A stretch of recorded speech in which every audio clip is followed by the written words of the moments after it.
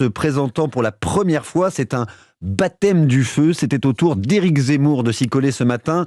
Victor Chabert, vous suivez le candidat Reconquête pour Europe 1. Comment ça s'est passé à la porte de Versailles pour Éric Zemmour, qui laisse rarement indifférent ? Eh bien, l'accueil est plutôt bon pour l'instant pour Éric Zemmour ici au Salon de l'Agriculture. Il est arrivé tôt, vers 8h30 ce matin.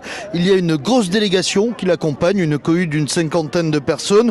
Beaucoup d'agents de sécurité qui sont d'ailleurs plutôt sur les dents, mais aussi l'état-major de Reconquête et même des militants. On a entendu des applaudissements, des Zemmour présidents. C'était assez rare pour être souligné qu'un candidat vienne dans les allées du salon avec des sympathisants, mais difficile de ne pas parler de la guerre en Ukraine. Ici, c'est le sujet qui est dans toutes les bouches. Éric Zemmour a pris la parole et a fait une nouvelle sortie sur le sujet qui va sûrement faire du bruit. Ça nous distrait du vrai choc de civilisation. Nos problèmes fondamentaux sont au sud, ils ne sont pas à l'est. Nos problèmes fondamentaux, c'est l'immigration, c'est le terrorisme, le djihadisme, c'est les pays africains qui sont au bord du collapse, c'est l'instabilité au Maghreb, c'est les monnaies turques. Nos problèmes géostratégiques et civilisationnels sont au sud.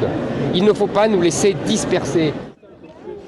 Voilà une distraction au sens de détourner l'attention. Ensuite, tenter de préciser Éric Zemmour.